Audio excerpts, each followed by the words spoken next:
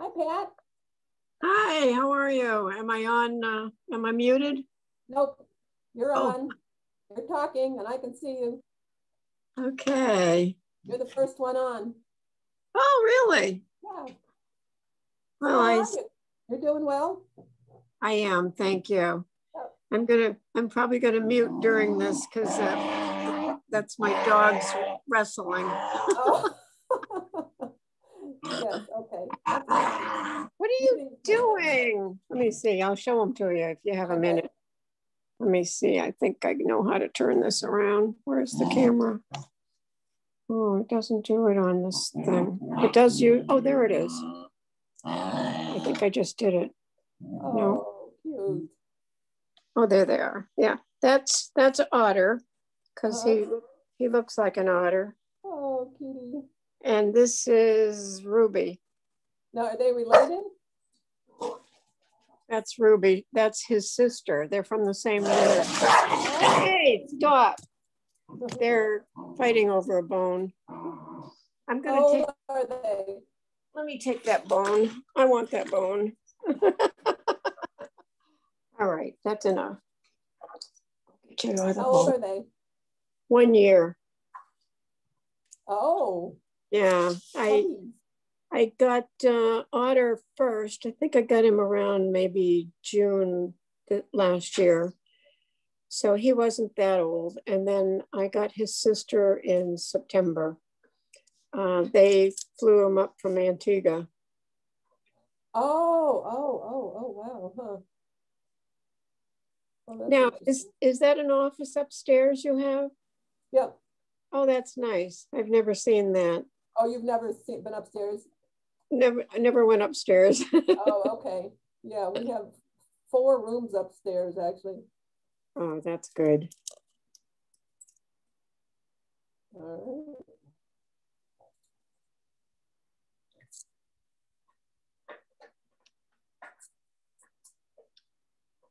right. How's Frank feeling, Eileen? He's doing well. Oh, good. All right, we have 2. Let's see, Lauren and Sophie. All right. Hello, Lauren. Hi. Congratulations. Thank you. I'm not an official member yet because I have to go get sworn in. I just got the paperwork for everything yesterday. Right, yeah. So I won't be able to vote today, but right. Yeah. Happy to be here. Well, good, yeah. And who's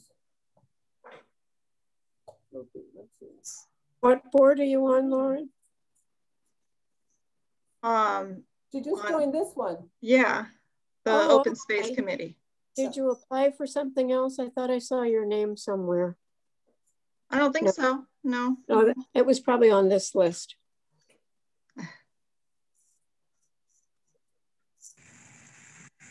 Hey, Maureen.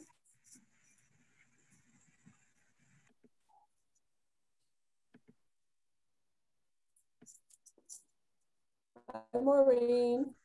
Hi, I didn't have my volume on. Okay.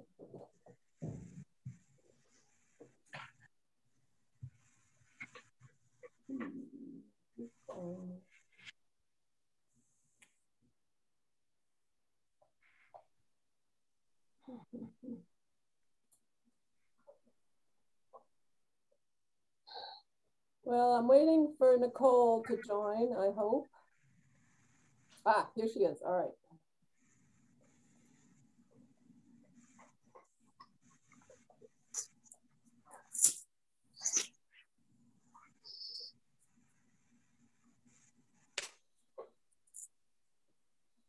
Hi, how you doing? I'm fine, thanks. How are you? Oh, pretty good. Pretty good. I haven't heard from Kevin, so I don't have any idea whether he will be joining us or not. So I think we'll go ahead and get started. Okay. Let's see. We have a quorum. That's good. So Lauren Webb is our newest committee member. Lauren, you want to introduce yourself or just very briefly? Sure. So glad to be able to be part of this committee. I have lived in Bridgewater for the past 4 years. Before that, I lived in Boston for about a decade while I was working on my PhD in sociology. And so I was, you know, interested in getting involved with the town. I have a 2-year-old, so we definitely are using all of the outdoor spaces in Bridgewater. Actually got out to the playground today because it was nice enough and I knew there wouldn't be too many kids there. So, you know, happy to sort of play a part in something that is, you know, definitely important to me. And so I work at the Community College of Rhode Island part-time. And so I do, you know, academic administration there. And when I was in school, I was involved with a research center that did urban and regional policy. And so I have a background in, you know, economic development and studying you know, business location decisions and things like that. So, you know, definitely know how important sort of nice outdoor spaces are to cities. So looking forward to getting to know everyone. Yeah, you've got great expertise. Glad to have you. Let's see, I don't know, just a brief introduction to our committee. We've been around for about a year. For a long time before that, Bridgewater did not have an active open space committee. There was one, I think the last reference I saw was like 2007, 2008. And then Kevin Mandeville, who hasn't joined us yet, he is a member, but he was the sole member for, I don't know, 2-3 years, I guess. And so I was appointed, I don't know when I was sworn in, like October or something of 2019. Nicole was actually appointed before me, but sworn in afterwards. And then Maureen came along about 3 or 4 months afterwards.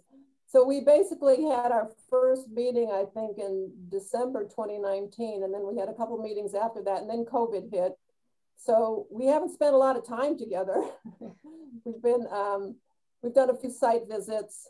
It got quite difficult to schedule meetings for a while there. And so we haven't met regularly. We have not had a set meeting date. We've sort of met on an ad hoc basis when we can manage to get people together. And so hopefully things will calm down and we'll be able to actually meet in person one of these days too. I'd like to give you, Lauren, a chance to, I'll try to give you some background at some point. I don't want to go through that on this call, but I know when I first was getting on, it was really nice to just sit down with Kevin, was the only one who was on the committee, and just talk about the whole process with him for a while, because it's quite convoluted, and there's so much background to this that I don't know about. I haven't not been on a town committee prior to this. Nicole has been on the master plan committee. Maureen, have you been on a town committee before? No, just the parks. No, yeah.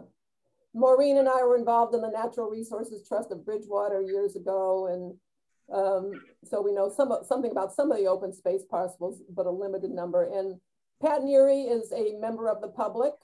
She's an environmental warrior in Bridgewater. Gets involved in lots of issues. She lives near Lake Nipponicket, so that's one of the agenda items. So I think that's probably one of the ones that's brought you in today, Pat. Yeah, I was curious about that, as well as a few others. Yeah, and I'm just kind of an overview, Lauren. I mean, I'm embarrassed to say that we have not accomplished much, if anything, over the last year. There's been so much planning done in town. There are a number of, I don't know if you've been on the website for open space.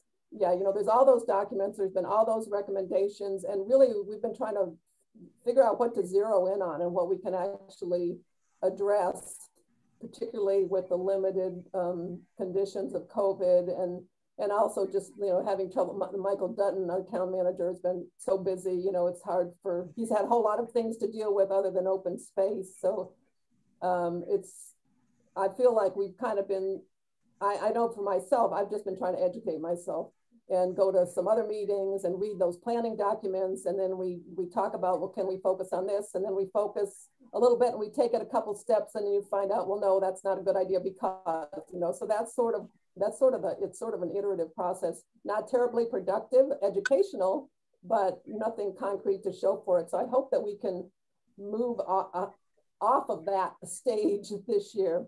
But I think some of it will depend on whether we can actually get together in person, which would really ease that process. So this meeting today, the first thing I want to do is I'd like to share, I'm going to screen share my, the first agenda item is the approve the revised statement of purpose. So I'm going to screen share that.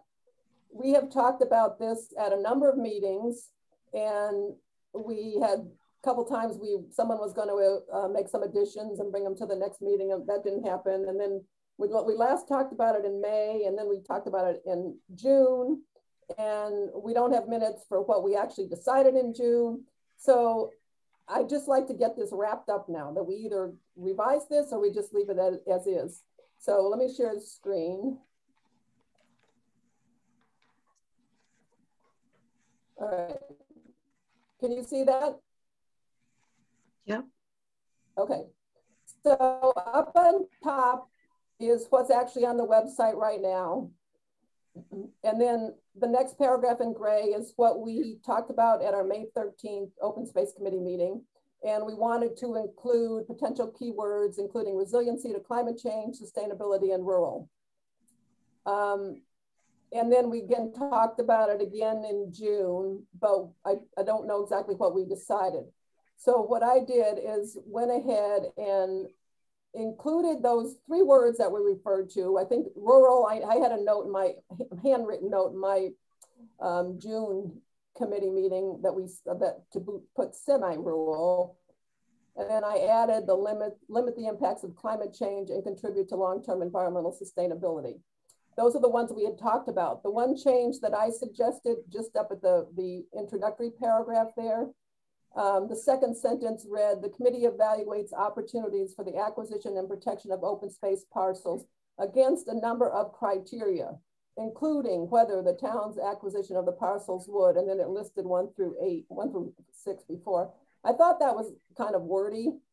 So I tried to just shorten it. So it would say the committee evaluates opportunities for the acquisition and protection of open space parcels to advance the following objectives. Why don't you, I'll just take a minute to just read that over and see if it makes sense to you. And if you want to propose other additions or revisions or deletions, let's talk about it now and hopefully get this resolved.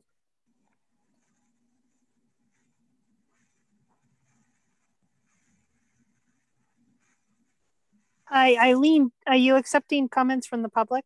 Oh, yes. Oh, yeah. I'm sorry, Sophie. Yeah, I didn't see your picture, so I totally lost track of you. I saw that I let you in, but no, yes. that's fine. Thanks for having me. My name's Melissa Raymondetta, and yeah, I'm on my daughter Sophie's account, and I'm a neighbor of Pat's. Wait, actually. What is your name again? Melissa Raymondetta. Same as Sophie Raymondetta. Okay. Same as Sophie, and I live down the street from Pat, and my suggestion was under number 2, where it says protect Bridgewater's water resources, could you add and surrounding lands or surrounding something to do with the banks and the lands around those water resources? Yeah, okay. That's my suggestion. Thank you. Yeah, which would typically be called buffers. So we could say protect Bridgewater's water resources and buffers. Perfect. I don't know if we have it. Okay. I don't know if we have something. Yeah, because we kind of have the habitat. And we're talking about trying to, part 3 is a little different because it's talking about abutting or conjoining, conservation lands. That's like making the connections between conservation lands. So yeah, I think that's a great suggestion. Okay. Anything else?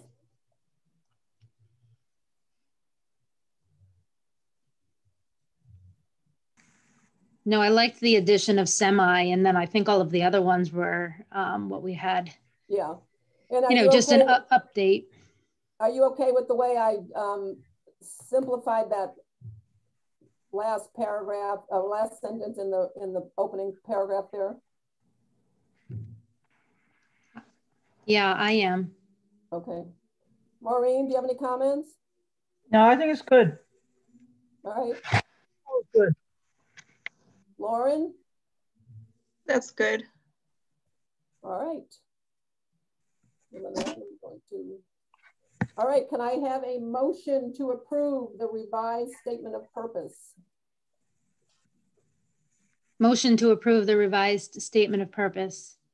Second. Nicole. All right. Lauren can't vote yet, but all right, we have 3 in favor, so that's good. All right, that's done. We have a purpose. Yep. Okay, so at the last meeting, our last meeting was in December. We talked about community preservation fund projects. Lauren, are you familiar with the Community Preservation Act at all? Mm-hmm. Okay, great. So we were talking about what possible projects we might think would be eligible for CPA funds and what to do, how to go about them. I've been attending some of the CPA meetings, about the last 3 or 4. And at their December 9th meeting, I mentioned some of the ideas we had talked about at our December meeting. One was signage for all the parklands. That's a recommendation that's come up in a lot of the planning materials, the planning studies that have been done. It's that Bridgewater doesn't have any kind of a brand for its parks. All the various parklands have different signage. Some of it is pretty good, some of it's really bad. There's no common theme, no common design, and that would be a nice thing to work towards. And it seemed to me that would be kind of a good project for CPA funding. So I just brought it to their attention at one meeting. I mean, I had no proposal, of course, and we don't have any estimates of anything, and just mentioned it to them. And I hope that Steve Sobo, who's the town community planner, is going to join us. I hope. He planned on it. Whether he will be able to was an open question. I got an email from him not too long ago. But he's also working on signage for the Stiles and Hart conservation land. Do you know where that is, Lauren? It's yeah. Okay. Okay. So, yep. Here's Steve.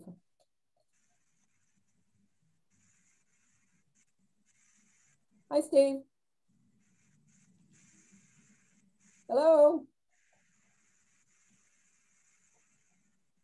Okay, good. Can you hear it? Can you hear me, Steve? I can. All right.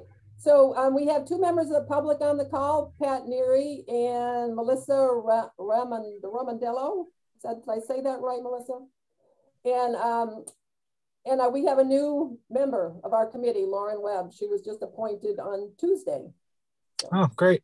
Yeah. Excellent. Steve is the environmental planner with Bridgewater. So Steve, I had just started talking about the Community Preservation Fund projects that I've discussed with the committee, the Community Preservation Act committee at their December meeting. And one of them that I was just mentioning was the parkland signage. Yep. And, you know, we had talked about just wanting to get some kind of common theme. And I know you and I just communicated this week, and the Stiles and Hart project, it sounds like the signage design for that will be quite a ways out. Like I think you said 2022.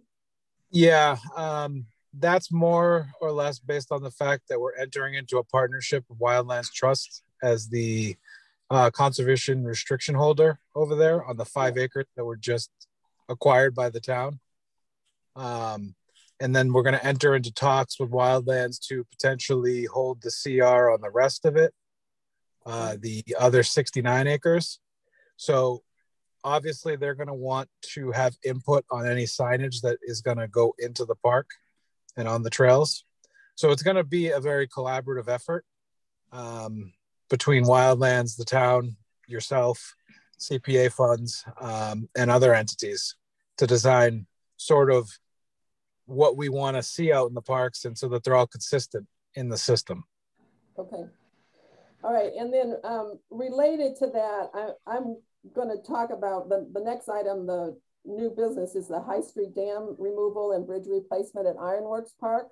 Yep. And I'll go through that process that I've been involved in, but particularly what I wanted to note is that also is going to probably include some new signage for Ironworks Park.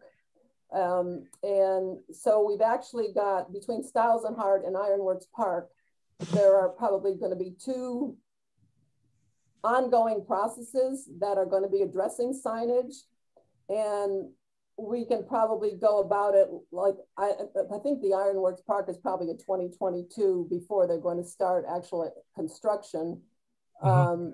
Whether there would be any kind of design in process before that. I mean, because there are consultants working on that project, and part of what they may be doing is designing some signage for the restoration of that area once the bridge is taken down.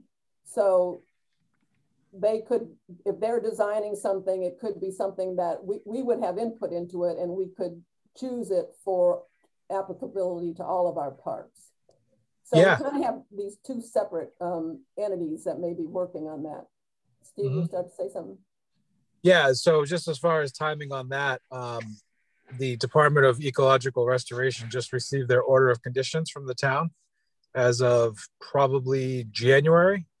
They're entering into fundraising mode now, and that should take about a year to get the funds. And then we're also going to be applying as a town for some of the MVP grant monies to apply towards the construction of the project, which I'm sure that some of those grant funds that we're applying for may incorporate some use in open space and planning and trails and sort of enhancement of the surrounding area as well. So that's also another source of potential grant monies or revenue.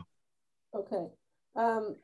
They tell me again, they just got their order of conditions. Is that what you said? Yep. Okay. So they have a very specific type of order of conditions that they operate under when they do these dam replacements and removals.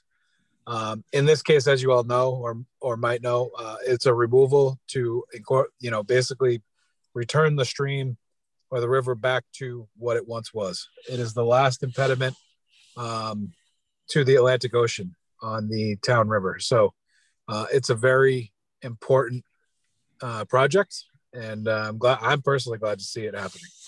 So yeah. Okay, yeah, let me talk a little bit more about that, because Michael Dutton, the town manager, convened the open space, me as open space committee representative, somebody from the Community Preservation Act committee, historic preservation, the historic commission, as I think those were all of the town representatives on this group that calls itself the Section 106 Mitigation Consultation Group. We're into deep bureaucracy here. This is the National Oceanic and Atmospheric Administration that's in charge of this. Yep. And the State Department of Energy Resources. So they, NOAA has hired two consultants that are advising this process. And what this 106 consultation is the dam is going to be removed. And the dam removal is going to require the replacement of the bridge. And the bridge dates from the early 1700s. And so there will be a finding of adverse effect to the bridge. So there's going to be a finding of an adverse effect to a historic structure. And when that happens, the town is entitled to some mitigation. So the whole point of this consultation process, and we've had two 2-hour meetings in the last 2 Mondays, and we are going to have a site visit on the 16th at the park. And so part of what the feds particularly are offering is that what normally happens in one of these processes is that signage is a likely mitigation effort that they will contribute to. They're likely going to put up some kind of signs documenting what did exist, the bridge, and how it was constructed and why it's historically significant, etc.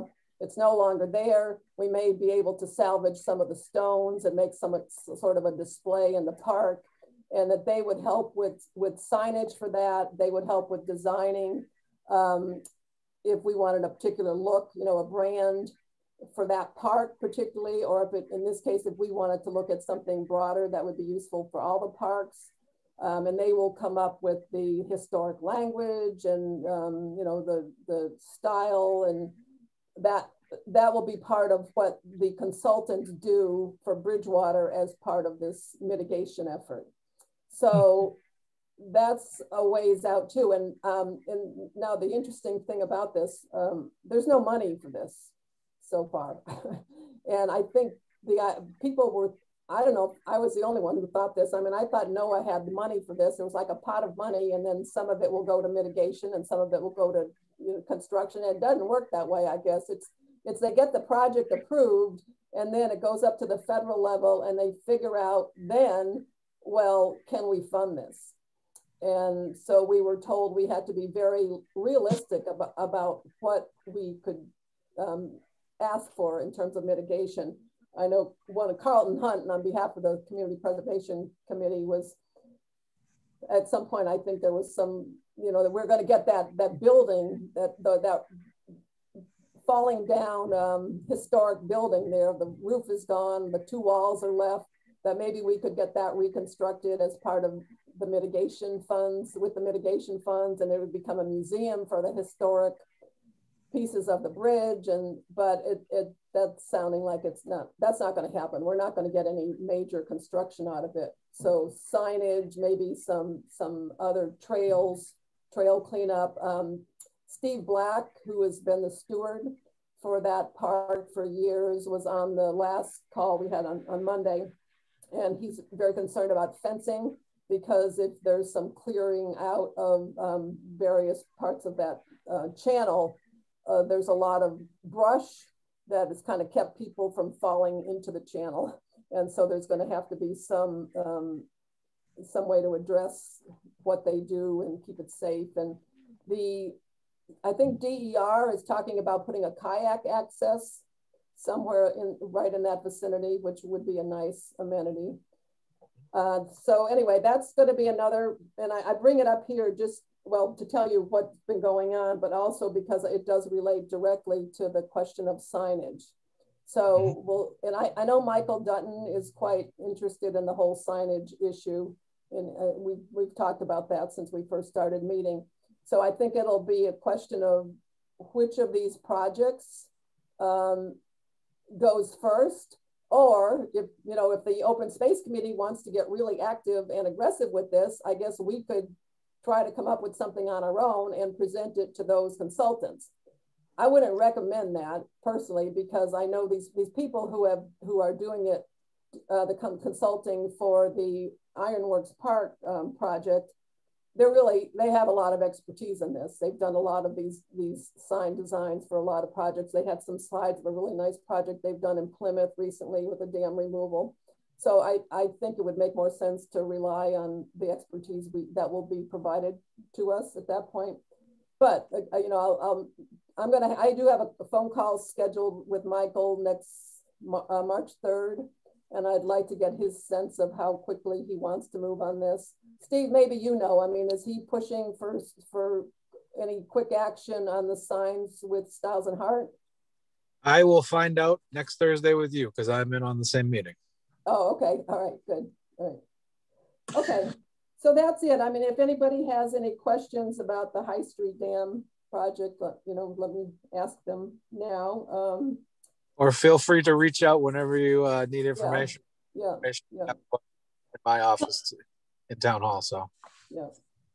Anyway, Eileen, I think one thing that would be helpful perhaps is if Michael would be okay that I'm assuming these teams, the consulting teams, when they are at particular milestones, kind of come and give a presentation to Steve and Michael and others. I know when I work on projects for towns, that's what I do. But in many cases, there will be representatives from certain committees, like somebody from open space there, somebody from whatever committee, just to provide, feedback or give because that's our job really. It is to, part of our mission is to help advise, the town manager. And so, obviously if we made a recommendation, he could be like, yeah, no, don't do that. But, we could, try to get more involved just to bring some consistency and like bring up all the things that you're talking about. Like, oh, well, there's these signs being developed for this. Maybe we could use the same, the same template, because I think that those teams would be very open to, if we pointed out something that is liked, they would probably be more than happy to mimic that. I know that the Wildlands Trust has really nice signage down at the Great River Preserve. Yeah. So I'm wondering, that nice little, like, it's got a little roof and it's a nice kiosk with a map and photographs of the history. And they've got it in 3 or 4 spots. So, if that's going to be replicated for Styles and Hart, even though it's not Wildlands Trust, maybe a similar kiosk design could be used at the Ironworks, because they're nice. They're the wood, the timber. Right. Yeah, the other thing even, I lost my train of thought, but Carver Pond actually has pretty nice signs that I think those were just put up by volunteers. Yeah. And so I think, there's quite a lot that we can work with. And but anyway, all right. So, okay. But I think, you're right. As long as we can stay in the loop, and I don't really see any reason for us to go off and start trying to do anything with this now through the CPA committee. I think we just wait and see how these 2 other projects develop, and then at that point, if we want to apply for something to augment whatever resources are available from those 2 other projects, I think that would be the time to do it. Yeah, but even just flagging these types of issues, because if their design scope doesn't include a sign, we could at the bare bones minimum ask them to on the plans identify a location. Where I've been asked to do that before, when if there was no budget for the signage, you at least plan for it and say the sign's going to go in this this area when you come down the walkway or whatever. Yeah, and then what we had talked about too was we wanted some signs like park for parking and things like that. So these consultants may not be involved in that sort of thing. They're looking at the historic information. So we would need to augment it with that sort of additional information. Maureen, did you have your hand up? No. Okay. All right.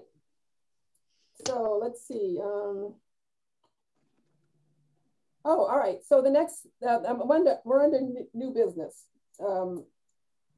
Tree ordinance. Nicole, you raised this. Would you like to speak to the issue? Yes. So as I mentioned, in my work, we work with a lot of different cities and towns in Massachusetts, but also countrywide. And as I've been getting to know Bridgewater better and getting to know like the town, and on my various walks, I've come to kind of notice some things, and I spend a lot of time on Google Earth. And, it did occur to me that while we, we do develop fairly sustainably in the town, there's definitely some examples, especially in residential development, that I just think we could find ways to maybe design a little bit more low impact and more sustainably. It wouldn't necessarily, I know that this may be like a hot button, like, are we trying to stop development? Are we trying to do this? And I don't even know if that's what I would be, I'm just thinking that perhaps we need to develop a little bit more wisely. Can I share my screen? Yeah, let you do it.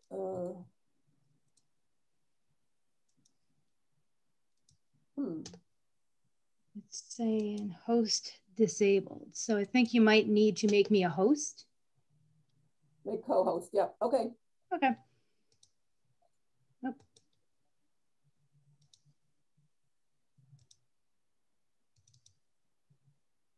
Okay, are you seeing a Google? Yes. Okay. Yes, So I'm not trying to, I'm not picking on a particular development, but this happens to be off of Cherry Street, Oldfield Estates. And I know, and I'm, you know, on my walks and I'm just always noticing like, wow, that it looks like a bomb went off. It is, there is 0 trees in this area. And when I look at it on Google Maps, that I think that the Google imagery happens to be a flyover from 2019 that you're seeing. But as I kind of scroll back, it kind of happened somewhere around 2014, 2015 that, oh, let me get a better view. This area was clear cut to make way for those houses. And this is not, as far as I know, it was not a 40B. These are fairly high-end houses. So these are following our subdivision rules and regulations, which have pretty generous sized lots, which comes to my point that, you know, the clear cutting makes it very easy to build and take advantage of every square inch of this land to develop. If there were some sort of tree ordinance or tree restrictions in the subdivision rules and regulations that many other cities and towns have, perhaps this wouldn't be such a drastic situation that has happened. Mind you, this little, you know, snake looking line you see through the trees is the Taunton River. Yes. And I also used this polyline function to confirm that this was over 100 acres of forest that was clear cut for these homes.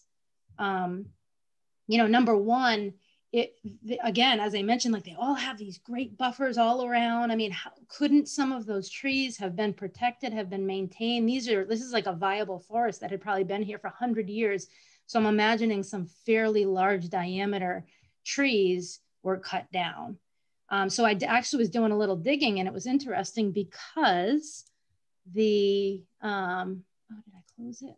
Oh no, I didn't close it. So right here, this is actually, are you seeing a different map of Bridgewater?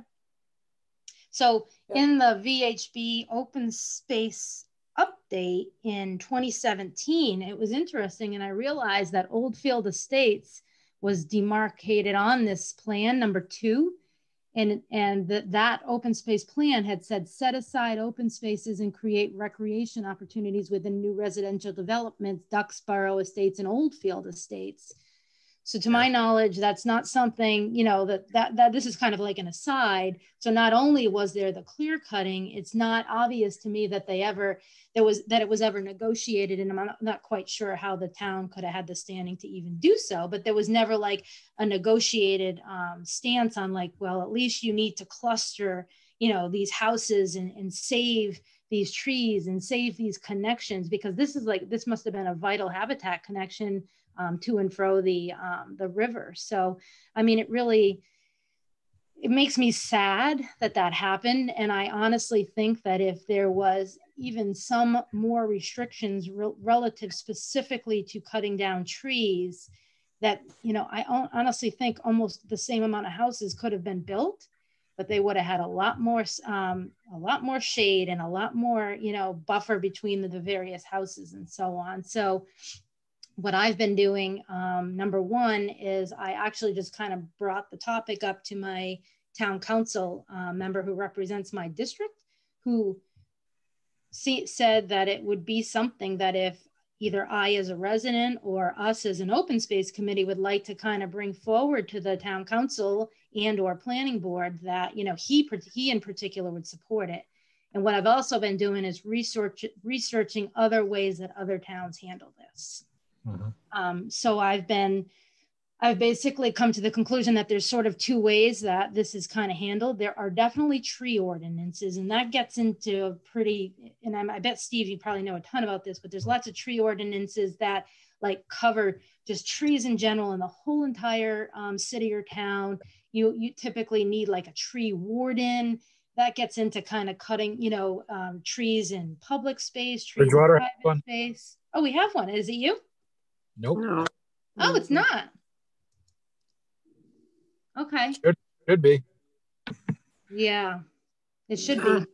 I can comment on Oldfield though really quickly. I could say that unfortunately that was a large subdivision that you're spot on, Nicole, with your description of that entire subdivision and development. And we're having issues with the open space in particular right now when we're talking about negotiation and trying to get the developer to comply with some of the open space requirements.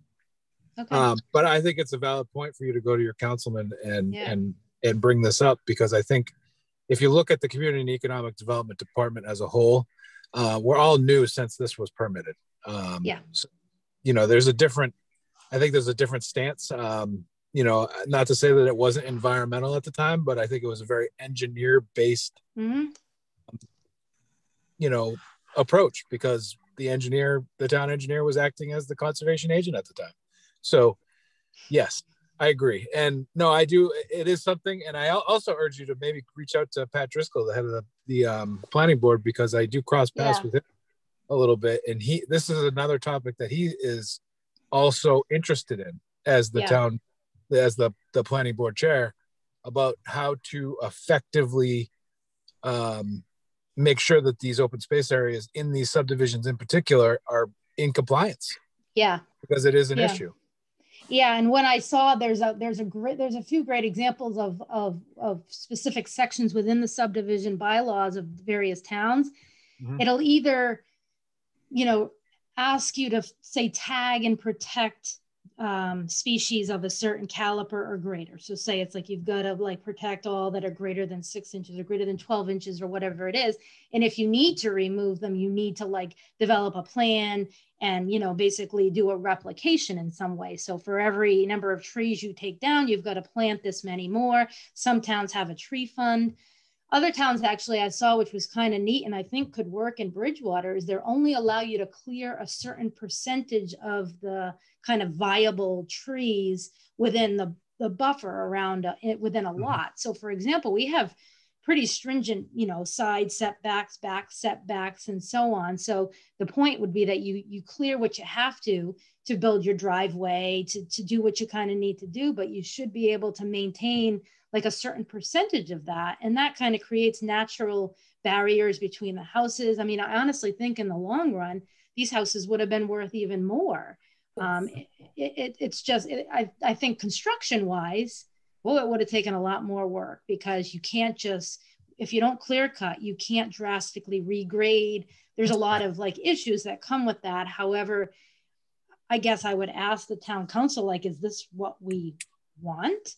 You know, Duxboro is a different, in my mind, it's a different situation, because it was already, I don't know how many years back, but as far back as I can see on these maps, it was already cleared for agriculture. So there's a difference between, you know, repurposing. This is drastic. And some towns, you know, they tend to be the wealthier towns, like the Concords, the Newtons, the Wellesleys, the Westons. They make your life miserable for every last tree you're going to cut down. So I'm, you know, and I'm looking for more realistic and more similar to Bridgewater's size and economic, you know, character. So, you know, to bring forward some better examples that are like more realistic maybe for us than, you know, Newton, because we're very different than that. I found a couple small towns in the Springfield area, like Granby, that have some good examples. So what I can do is kind of circulate them to the committee and just maybe highlight some of the things that I think are good or could be potentially considered. I mean, I guess I don't yet have like exactly what I think we should do, but I would love to kind of rally and get some interest and kind of figure out what would make sense. And obviously that would have to go into the subdivision, you know, bylaws, and we could talk about whether we would want this thing to extend beyond that. But I do think people in general in this town are pretty, you know, practical about not cutting down too many trees. So this just seems like drastic. The clear cutting is something that I think is detrimental to our open space. Well, especially in that. Go ahead. I think if most people went out there, they would be shocked. Yes. I know I was absolutely shocked when I went there. What's been done. And I'm sure you know that this property was almost acquired as conservation land by the town. Oh, no, I didn't. You know that? Oh yeah, it was like within a hair's breadth of being acquired because the Perkins family wanted to donate it to the town, and then there was some conflict within the family itself, and anyway, it was yeah, I don't want to get it too far into it too, because it's a real sore spot. And then to see what was done with it after it was lost for protection is just really sad. Yeah, I know. And I can assure you, I do my best, because my most common ask in that subdivision is for everybody to have the same level of clearing. They look at their neighbor and they almost demand that they get the same amount of clearing, regardless of where the buffer zone is. So it's a pretty constant fight, or, you know, not, I shouldn't say fight, but it's a constant conversation about how much clearing is going on down there, and especially on that backside bordering up on the Taunton River. You know, they did put a lot of open space aside. I get it, but the way they did it, it allowed the individual property owners to clear cut their lots, and even potentially advance even further. And it's just the way it was set up. But you know, it was I think it was a policy mistake, and I think we're going to learn from it. Hopefully we learn from it. And I think with enough attention and awareness, we will learn from it. Yeah. And there's nothing in the subdivision bylaws right now that would, you know, would have helped, you know, it could have been opinions on the planning board, you know, side, but it would be so helpful for them if they had something, whether it be a percentage, you know, a percentage you're allowed to clear cut, or whether you've got to tag trees of a certain caliper. I mean, that seems to be the primary way to do it. And the one example I found was pretty neat too, because it does ask them to map not only large diameter trees of interest, but also like other historical elements, like like little stone walls and things like that, that those need to be mapped as part of the survey, and therefore, you know, potentially considered part of the protection in addition to the trees. So I did think that that was a neat, you know, a pretty neat example, because I'd imagine on a lot of these sites, we do have that. Maybe on the ones that were cleared for agriculture, those type of historical elements would be more relevant. But on these types of developments, it's the clear cutting. Yeah. Yeah, that's great work, Nicole. I mean, you know what would be good is I want to bring this up with Michael. Okay. As when I meet with him, and so, you know, whatever, if you have any citations or anything you can get to us, or I mean, Steve, you're probably familiar with this map, right? I mean, probably seen this. Yeah, I concur with Nicole. I mean, I saw this, like I said, this subdivision, that's why I shook my head the first time when she brought it up. It's a constant topic. Yeah. But yeah, I think it would be a good thing to bring up to Michael. I think, Nicole, please send me the information that you've, especially the comparisons to other zoning regulations and planning and decisions like that, because I'll get those to the planning staff and see if they'll get them across the desk of the planning board. Oh, great. Yeah. Because I found so far, I have these that I think are pretty good. Concord, Granby, Ludlow, and the Cape Cod Commission has a template that the different Cape Cod communities could use, you know, help with the wording and so on. So it can give some ideas of ways that we could do this. You know, there's different ways, as I mentioned. And I also, the snapshots we were looking at, Eileen, I can send you that. I have the 2004 picture and the 2018 snapshot with that, my little polygon that I, you know, did a takeoff on, that it's about 100 and something acres. Yeah. It's a lot. Okay, so yeah, like the approach, you know, what we want to propose, I guess, or whether it's, you know, a tree ordinance or the different ways. Yeah, and I could help with the technical jargon as far as the policy goes. I mean, yeah, okay, but then the other issue is, you know, what's the process? I mean, do we want it to come through our committee? It sounds like if you know, the going through town council is the next step, or we just have to figure out what's the best process, what's the best way to advocate for it, I guess. Yep. Okay, great. All right, any questions about that, anyone? No, but I do concur with that. I'm horrified every time I go by a lot and they've just clear cut it. Everything down, particularly the big old trees. I don't care what size trees, they've just taken everything down just for the ease of building. And you know that's why they've done it, just for the building. And I ride my bike all over the place. I see it happen all in Middleborough and Rainham and Bridgewater. They just take it all down, and they think they put up a little sapling that's going to replace one of these great big old trees, and it's not. It's not right. It's just not even. Yeah. It's horrifying when you see it. I think the town does require that subdivisions do plant trees, don't they? I remember someplace. Yes. Yeah. Okay. So it's like one tree per house or something. So they put out a sapling. Yeah. They spend a couple $100 for a little tree. Yeah. And how is that little tree ever going to replace? And I mean, how many years is it going to take before it begins to replace what they've taken down? It's outrageous what they do. Yeah. What's really awful at this particular location too is there's nothing demarcating any of these property lines. So people have put up those white plastic privacy fences around so many of the yards. It's just this patchwork of plastic fences that are hardly nice landscaping compared to trees, but yeah. All right, great. So just have one comment. I think the subdivision aspect of this is really important. I also think it's worth looking at those sort of broader tree ordinances that other towns might have, because I live on Union Street. And so my neighbor, this street was one of the ones that was lined with about 80-year-old huge maple trees that are, sort of one by one, rotting and dying. And, so these sort of huge, nice trees are now, being removed. My neighbor in the storms in August lost 3 of the trees in a row, and they, blocked the street and all of that. So they're a hazard too. So yeah, I don't know what sort of plans there are, if, there are plans to replace trees, or if those, are just going to be sort of open, empty places now. So I think it'd be interesting to learn sort of how other towns manage that as well. Yeah. Yeah. The other towns are very, especially if they are of a certain caliper or not, you need a permit to take down these trees and you need to replicate them. And if you can't replant the trees, money has to go into a tree fund that's used to plant and maintain new trees. Where is that, Nicole?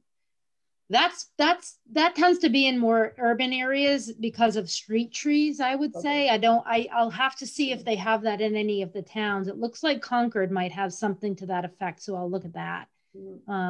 Concord's very progressive. Very, yeah. But I mean, and it shows in their that whole way area. The town looks. That whole area, they have a lot of resources available too, as you mentioned. This is true, yeah. So that's why, I think we should be way more aggressive than we are, because it doesn't seem like, we have the ability to be aggressive, but I also want to make sure I find some towns that are more similar to us, because if apples I to only, apples. the Westons, we're not going to be able to be Weston. Yeah. And Laura, although if we were Weston, my house would be worth like $4 million.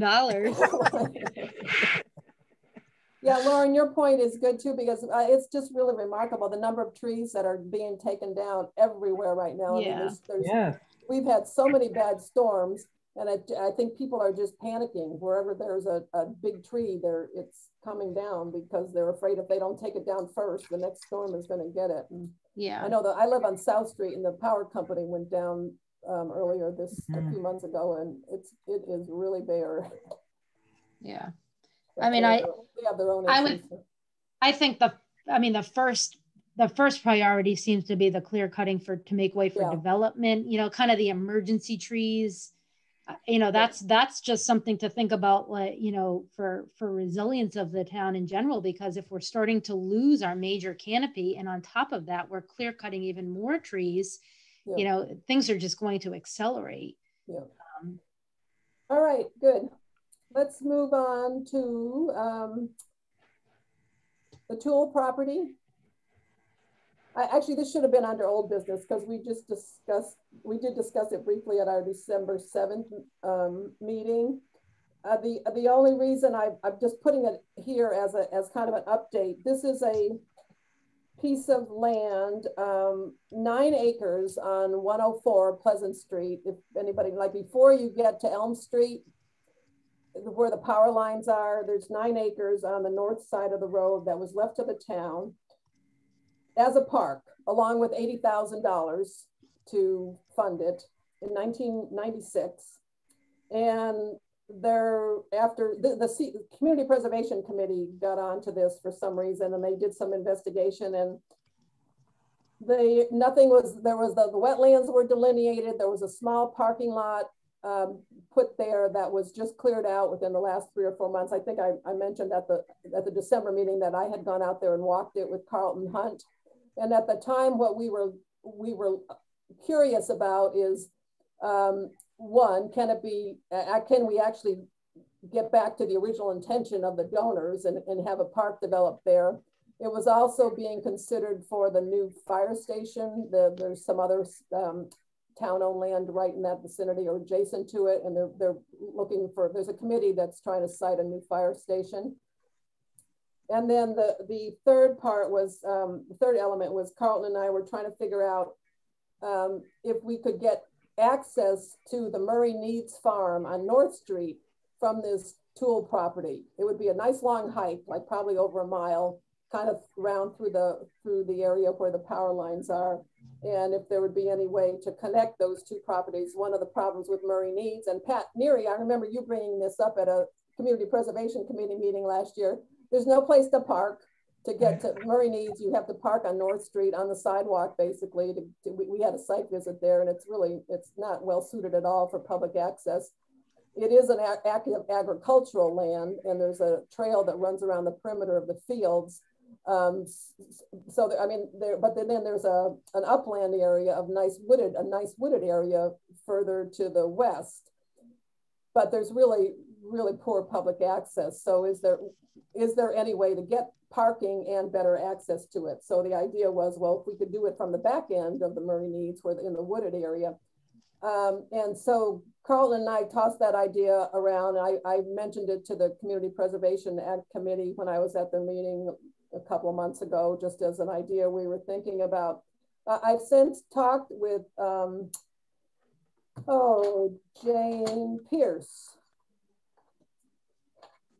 I think I have her name right, who's with Fish and Wildlife, Mass Fish and Wildlife out of the Southeast District Office. And she's quite familiar with that property. Fish and Wildlife owns a lot of land back there. And she said that's never going to work. It's impossible. That the land under the power lines is really, really wet, like feet deep of water, and that it's all just it's just a greenbrier bramble for the whole length of that area, and just way too wet to put any kind of a trail. So that doesn't seem like a likely possibility at this point. But the issue of the Toole property itself is something that I want to ask Michael about when I meet with him too, because there's now, I think it's $105,000 or $120,000 that's still available from this $80K that was originally donated to the town. The property is not in use for anything. It's all overgrown, but you know, something should be done with it. And nothing's been done other than the delineation of the wetlands and the parking lot so far. And then I don't know, I'm sure Michael won't know what happened either, because this has gone on now for a long time. But the CPC committee did a good job of tracking what the current situation is with the money and stuff. So it seems like it's something that we as Open Space Committee should try to get some direction on.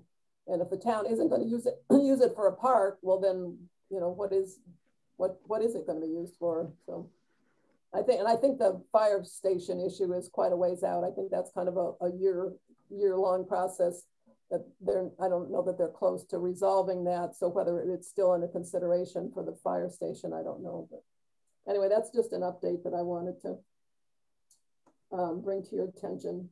Eileen, I have a question. Yep. Wasn't it left, was the land left just for use as a park, or can it be used for other things? Well, that's a legal question. Yeah, I mean, it was left for use as a park. And whether the town, the attorney who was involved, I think the family is long gone. Whether they have any descendants, I don't know. But I think what Carlton Hunt told me was that the attorney that was involved setting up this transfer to the town is still around. And we would probably have to start there to find, the town would have to start to find out whether or not, I mean, that gets very tricky, you know, if you try to get around the specific requirements of a bequest. But you know, what the language is, whether there was any flexibility in it, I don't think anybody has any idea at this point. It's been a long time, so I think that since anybody's read that, and I know that the attorney, I think, did prod the town a couple of times, you know, sort of tried to get something going, and then there was no response. So whether he just gave up, I don't really know. So well, it seems like we went through there quite a few years ago, back when NRTB was around, and I thought the wording was it had to be used for some type of park. Yeah, that's my understanding. And that was pretty much it. Yeah, just an awareness of that. That's all. I mean, it's not the greatest location for a park. In fact, that came up when I mentioned it at the CPC meeting. Is somebody said, "Well, who wants a park under power lines?" But it really isn't under the power lines. You know, it's just adjacent to them. But somebody was raising the question of EMF frequencies and stuff. And anyway, so okay, that's just an update also. Any other questions about that? Okay, so while we're on the subject of abandoned parks, here's another one, Jenny Leonard. That's over, you know, Nicole, it's probably, it may have even have been within that picture that you had up there. It's right, it's just, I think it's just before you get to Short Street, like between Walnut and Short. And yeah, I'll pull it up again. On the map.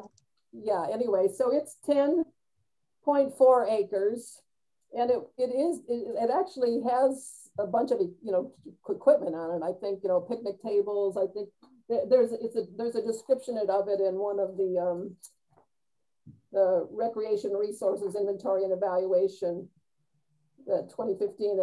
It had a small playground with slides, swings, seesaw, turntable, basketball court, picnic table, roof, bad weather play space, and a bathroom. That's all gone. It's all gone?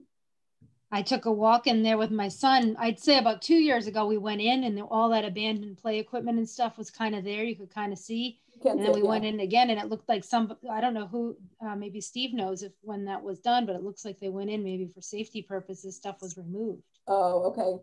Yeah, it's a funny story about that. I had stopped in Bridgewater before I ever even took this position, and we found that playground with my two daughters. They had a blast on, and I was like looking around, and I'm like, oh, that's like creosote. And, oh man, I don't know if you guys should really be playing on that. But they had a blast, and then when I finally got the job, one of my first asks was, "What happened to that park over there?" But I'm pretty sure everything's gone, and it was mainly for safety reasons was the main reason.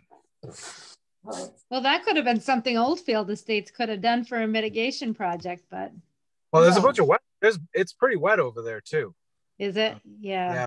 Behind, as you get off to the backside, there's a small. It's probably intermittent, but there's a large BVW associated and a swamp back there. Oh, okay.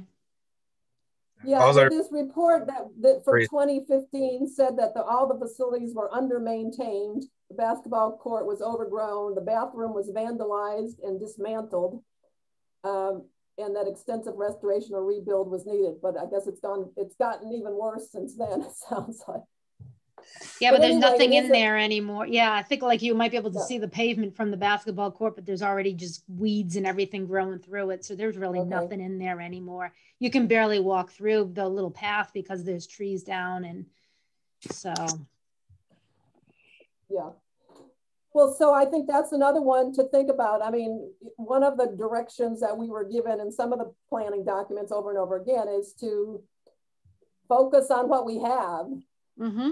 We've got a lot of properties that are underutilized and in disrepair and neglect. And this one there should have been recreational assets attached with some of those big subdivisions going up, but there obviously aren't. So it seems like there are a lot of new residents in that area, and it might be nice for them to have access to a park.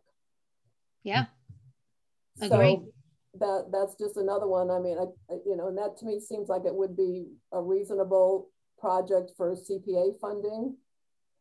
Maybe, you know, there are still some other subdivisions going, some new construction going on over there. Isn't there still, Nicole? Aren't there still houses? I think, isn't Latola putting in another project? And yeah, I think that might be, oh, hold on, I'm disoriented. So Auburn. Yeah, when you head up Auburn to Short to Cherry, I guess when you're heading to Halifax, somewhere over here, there is that the Bridgewater Preserve. Yeah, it's somewhere over here. So I don't know whether, you know, the planning process can include, or even after the planning process, whether any of these developers would be willing to maybe contribute something towards the renovation of a park that's for the benefit of all of the new housing in that area. Yeah. All right, okay, so that's another one just that I'm going to raise with Michael. And then finally, the Lake Nipponicket property. The reason that I put this on here is because as I was mentioning at the beginning of the meeting, we've been trying to figure out different issues, different projects that we could focus on. And I've talked with a number of people in town, and the Wildlands people at Wildlands Trust, and Miss Joan Pierce from Fish and Wildlife, and actually Marilee Hunt mentioned the Lake Nipponicket property as one. It was a Community Preservation Act project, and the Keith Homestead, which is 14 acres, is at the. Does everyone know where this is? Has anyone been out there? The homestead itself? Yeah. Pat, it's down at the end of Lakeside Drive, isn't it? Yes. Yes, it is. Yeah, actually, Nicole. Yeah. Can we see if we took out this? Yeah, there you go. Okay. Want me to go back to Google Earth to find it? Yeah, I mean, it's right on the map that's on the screen, except it's got the printing insert. I know. I can't move that. Okay. No, well, but all right. It doesn't matter anyway. The whole point was that Marilee Hunt said that there were some commitments made when that property was acquired by the town, and then it was transferred. Some part of it was transferred to Fish and Wildlife. I don't know any of the details of this. I know Wildlands Trust was also involved in the acquisition, but then I think they also conveyed their holding to Fish and Wildlife. But Marilee said that there were some commitments. She was chair of the Community Preservation Act Committee at the time, that Fish and Wildlife made that really have not been. And I think there was maybe supposed to be some spell.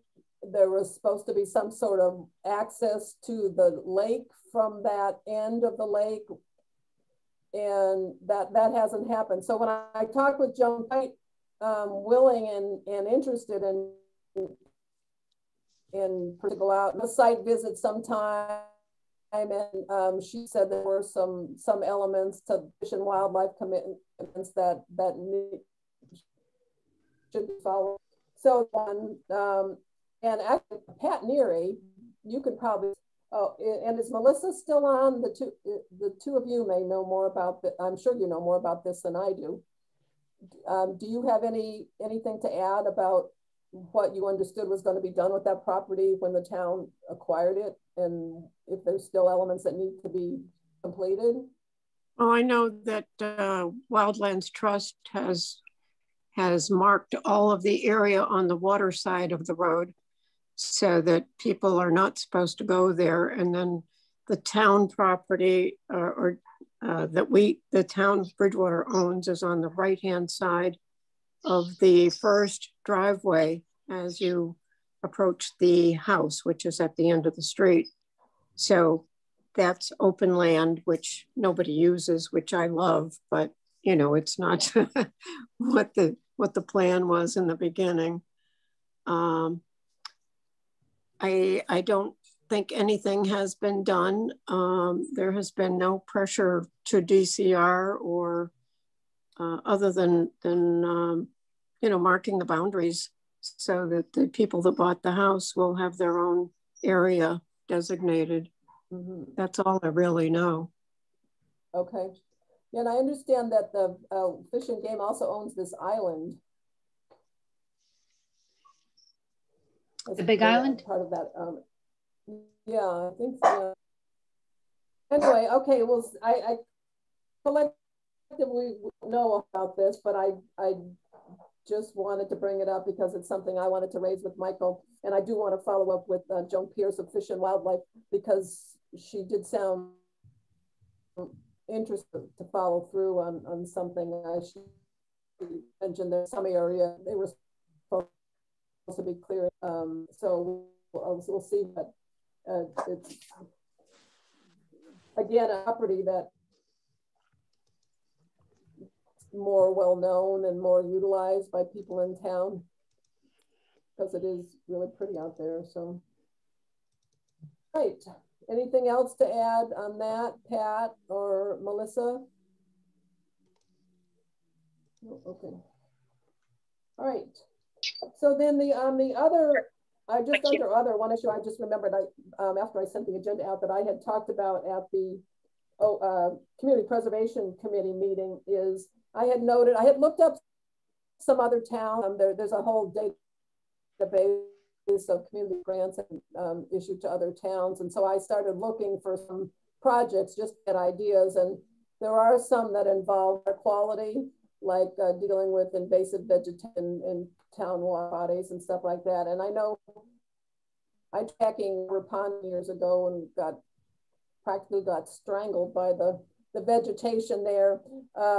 And somebody else at the Community Preservation Act asked if whether Bridgewater was doing anything to assess water quality in its public lands.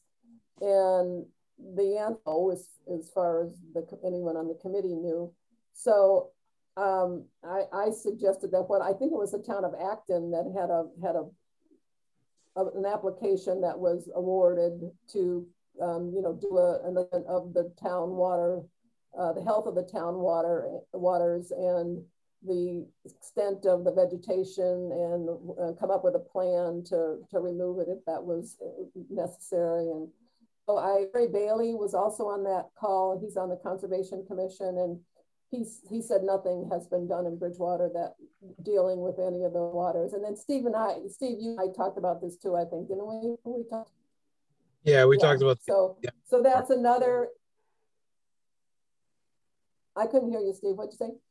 We talked about the MS4, which is sort of geared towards water quality, from water conveyance standpoint. Yeah.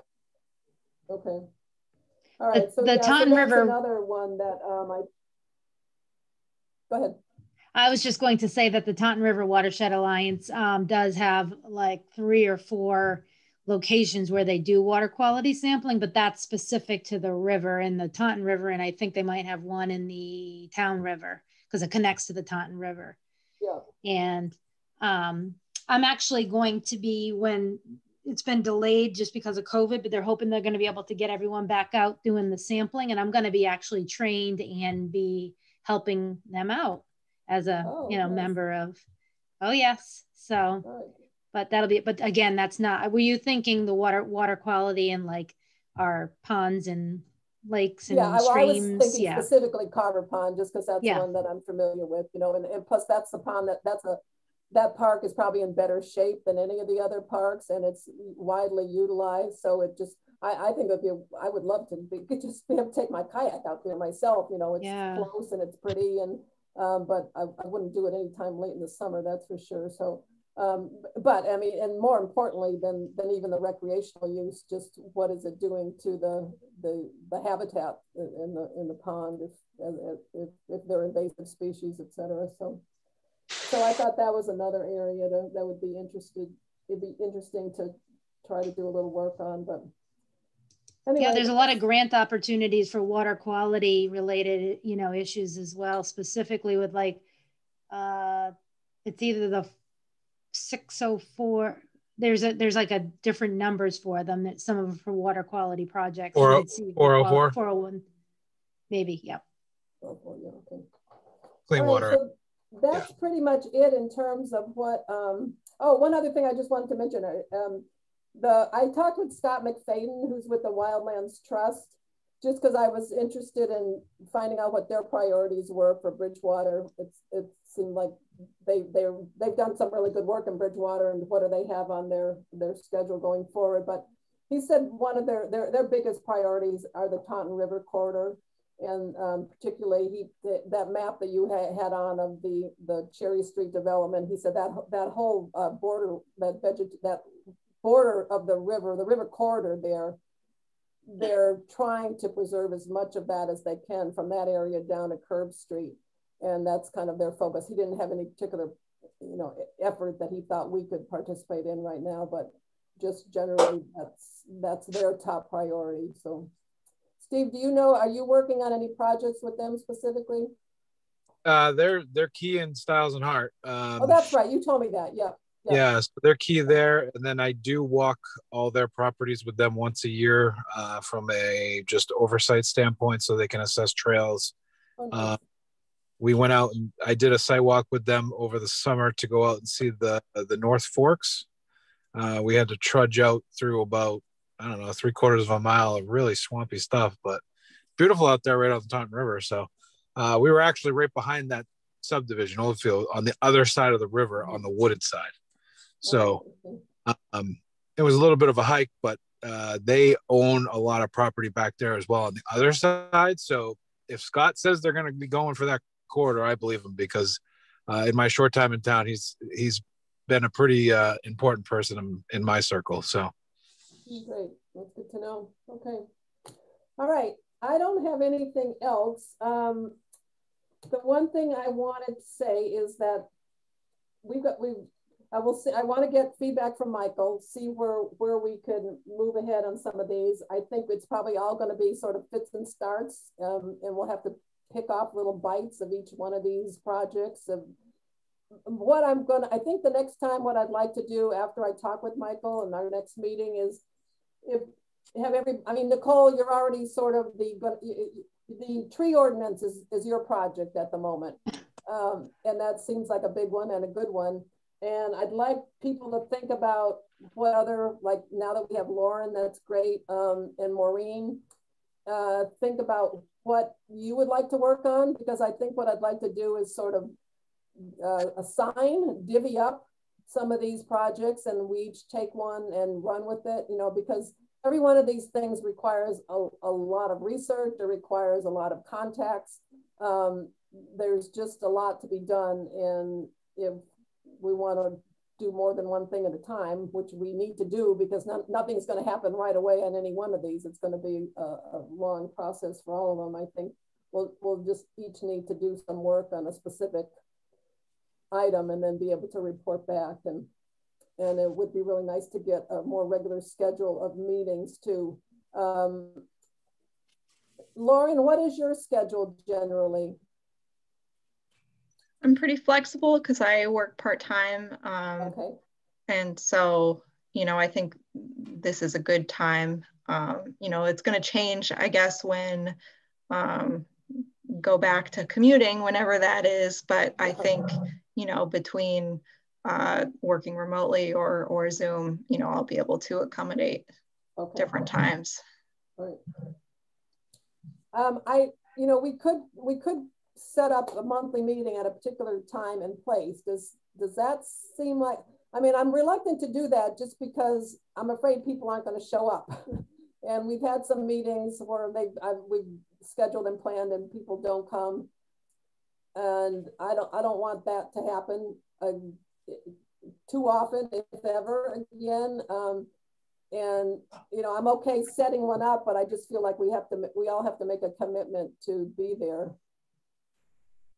So what do people think about that? Nicole, I'm looking at you because you have the busiest schedule of us, I think. Well, Lauren now too is going to qualify as busy. Steve, I'm not including you. I know you're busy, but you're not a committee member. Maureen and I are retired. So I work 24 hours a day. Just let me know when you need me to zoom in and I'll be there. Yeah, okay. I mean, Kevin, I've kind of given up on. I mean, when he shows up, that'll be good, but I can't count on him to. I haven't heard from him in months, so he doesn't respond to any emails. So I think we could try to say if we want to meet every month, we could try to do what week are we? The third week of, the third Thursday or something like that, or the last Thursday of every month or something. And then at the prior meeting, I think if I get it on my calendar, I should be good, especially if it's like later in the day. Okay. If it's the 4:35, I mean, sometimes I have a meeting till 5, but maybe we could. So we want to try it for the last Thursday of the month at 4:30. Well, I think we should try to get back on the schedule now that we, now that we know that we're adjusted to this just strange world that just keeps staying the same.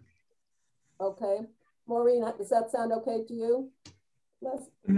Thursday at 4:30, last Thursday of the month at 4:30? Me? Yeah. Sure. As long as I get on my bike ride, that's all. Yep. So that's March what? Here's my calendar. 25th. It's funny, it's March 25th. Oh, even though today, works out. So March 25th at 4:30. Okay. I definitely won't be there. I'm getting my second COVID shot the day before. Oh. And I heard it's brutal. Depends on which one you have. Moderna. That's brutal. I heard the Pfizer one's worse. Well, but then you'll be covered. Lucky you. Yep. I was 2 hours today on hold trying to get on anything, and never happened. I lucked out, got in last week, and during that whole debacle that they laid out. Yeah, I somehow last Thursday I got 2 appointments for my parents at the Circuit City one in Dartmouth. How did you people do that? I honestly think it's because my husband has business speed. I'm not kidding. He runs his business, and I honestly think it was the speed of my internet. Yes. That's probably. And I was like typing. I got in and I'm typing as fast as I can, like trying to beat everybody else, like the 1,000 people trying to get one appointment. Yeah, that was the most nerve-wracking part, was the insurance information. I'm like, and then you get there and you don't even have to give them your card. Yep. I did that. I clicked don't have my card. Yeah, click don't have my card because you're still going to be covered. Yeah. So right, that's that was what screwed me up. And it's the honor system too. Get one for my husband the first month, and that card business just drove me crazy. I gave up, and then when I finally went in to make one for myself, they weren't asked. They didn't demand the card anymore, but they were initially. Seamless once you get there. I'm over 65. I got 2 issues, health issues. Don't even have an appointment. I've been on the computer constantly. Nothing. Keep trying. I hope you get one soon. It took me about 2.5 hours. I'm 2 comorbidities, so. Yeah, me too. Oh well. I'm going as a companion for a friend of mine who's over 75 and has her scheduled for the 10th. Oh, good for you. That was how I managed to get in. So that's good. I mean, I'm over 65, so I don't have a problem now. But I made the appointment just before they opened it up to the over 65. So that was really good timing. So well, that's terrific. All right, everyone. I have to sign off. Thank you all, Lauren. Great to have you with us. Thank you. All right, and Melissa, thank you for joining us. She's still there. Thank you. All right. Bye, Pat. Bye. Bye. Hi, everyone. Bye, Steve. Thanks for coming. No problem.